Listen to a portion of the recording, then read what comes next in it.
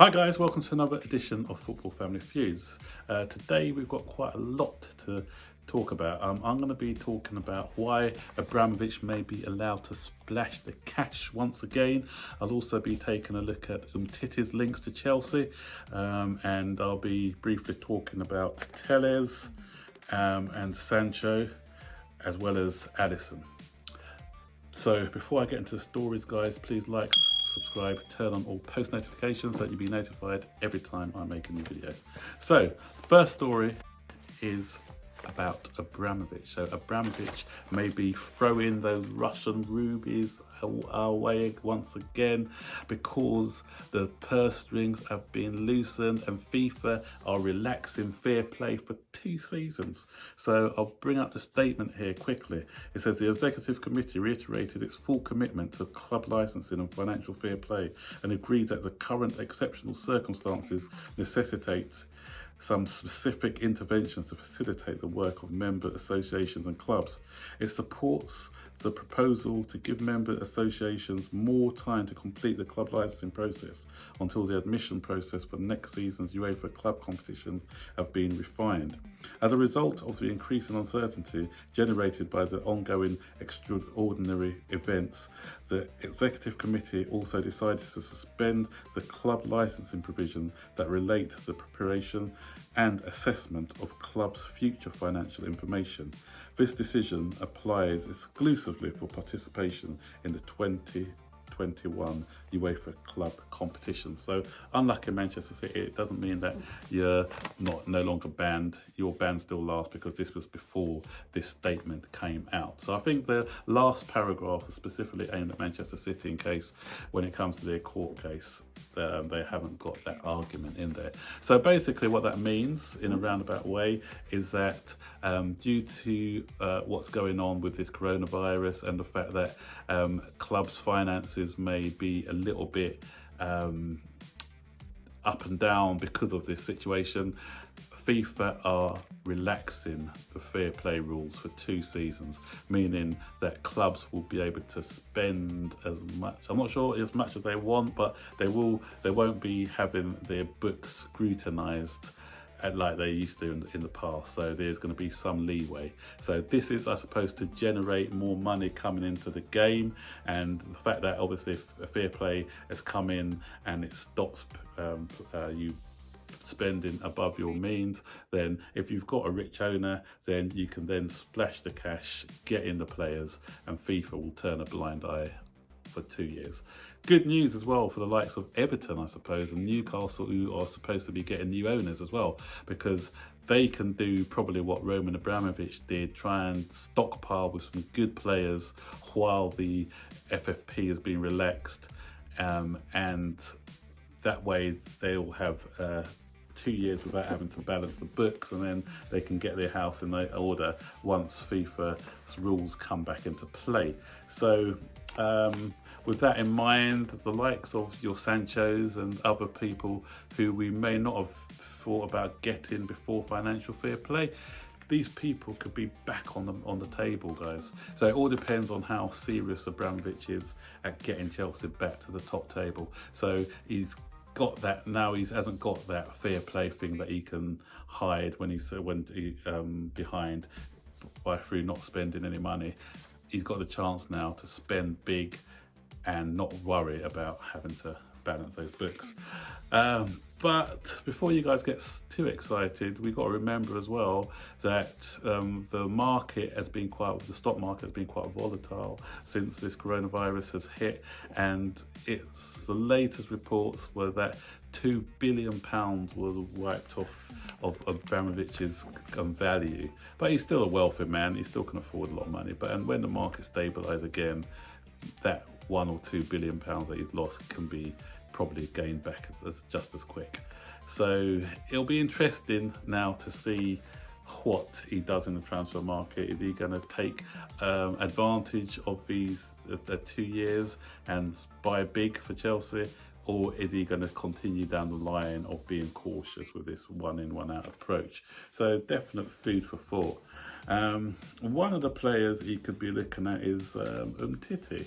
So that leads us nicely onto this next story with Umtiti. Umtiti is somebody who Chelsea are looking at the moment, but the thing is, we're not sure whether we're going to be getting him or not, because with the Umtiti thing, the reports go that Umtiti prefers Chelsea. He likes to join Chelsea over Manchester United. Manchester United, another tug of war we got with Manchester United, Umtiti, but he wants to come to Chelsea. But the story goes on to say that the Blues are actually focusing all their attention on Lille defender Gabriel Magalhaes. He's the one who I spoke about in a video a couple of days ago. So he's Chelsea's first choice option, with Umtiti the fullback option. Quite surprising really, because a few years ago Umtiti was the defender on everyone's list. Everyone wanted him. That's why he went to one of the best clubs in the world in Barcelona. So he's been at Barcelona. He's done okay at Barcelona, but his career has been blighted with injuries. He's had 2 or 3 really bad knee injuries, which has kind of halted his career. And now he's been replaced in the Barcelona team by Lenglet, another French international. And so he's kind of third choice at the moment, hence him looking to go. He's another left-footed central defender, so he'll suit our team as well, the balance of the team, because we haven't got another left-footed central defender. So out of him and Gabriel Magalhaes, which one would you prefer? Comment below, please. Would you prefer Umtiti or Magalhaes? I liked Umtiti, obviously a World Cup winner as well with France. He's 26 now, so he's quite experienced as a defender. Magalhaes is 22, and we've already got a young back line as well, so maybe Umtiti to add a little bit of experience in there. We'll see, so let me know your thoughts.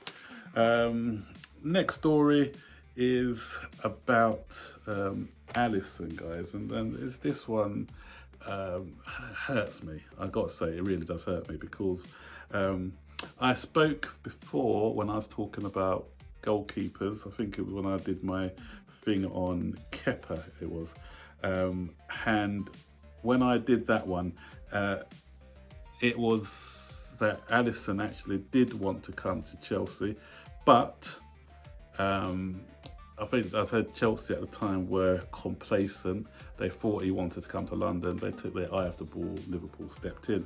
And this story has now been confirmed. It was a news report in today's Athletic, which is an online publication, and where it says that talks over a deal with Roma for Alisson, Chelsea's first choice target, reached an advanced stage, but Graviscovia had still hoped to convince Qatar to stay, so Liverpool capitalised on their rivals' hesitation to snatch Alisson.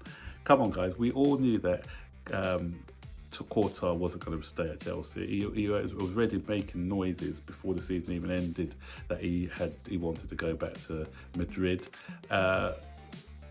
Marina should have kind of she should have gauged his stance, and she should have known really from that he wasn't going to sign. Alisson's a better goalkeeper than him anyway, and the fact is that at the time Sarri was going to be coming in, and we all know that as good as shot stop, I'm not dismissing the qualities of Qatar, because Qatar was a good goalkeeper, great shot stopper, great at command and zero. But one thing that Qatar wasn't good at, and this was using the ball with his feet, with playing the ball out with his feet. He's not comfortable with as a sweeper keeper, and the fact that Marina knew that Sarri was coming in, and he likes these goalkeepers to start the play from the back, the style of football, then to me, I wouldn't even bothered about looking at convincing Qatar to stay. I said, okay, then your mind's not at Chelsea, your heart's not there. Go, we'll bring in Alisson. Had we got in Alisson now, what it would have done, not only would it have strengthened us, made us stronger, Liverpool wouldn't have had that opportunity to go and get him. And you know how important he is to that Liverpool side. He's out of that Liverpool side, and they lost a couple of games when Adrian came and took over. Liverpool probably wouldn't be where they are now without Alisson. I don't know who they would have bought instead, because there wasn't a lot of decent goalkeepers available at the time. So it's a double whammy, really. So it's really hard to take. A, in that we didn't, as I said, buy Alice in the first place. B, gave them to a rival, made them stronger, and made them turn them into the best team in the land. So cheers, Gravskova, for that. So we've got to do better when it comes to getting or looking at top quality players. And another story, a quick one about Tellez. Reports are that Tellez has changed his agent now to Pini Zahavi. As you all know, Pini Zahavi is a fixer when it comes to getting transfers done. I know Zaha moved over to him to try and get a transfer done. It didn't materialise, probably because of the 80 million ridiculous fee that Crystal Palace are asking for him. But Zahavi has got good relations with Roman Abramovich as well, and so the fact that he's moved to Zahavi is making this move to Chelsea seem more and more likely as the day goes on, as the days go on. So definitely one to look out for. I hope now that fair play has been relaxed, that we don't spend a ridiculous £80 million on Ben Chilwell. I still think we need to be sensible, and if Tellez is available for half the price, then definitely that's the guy I'll be going for.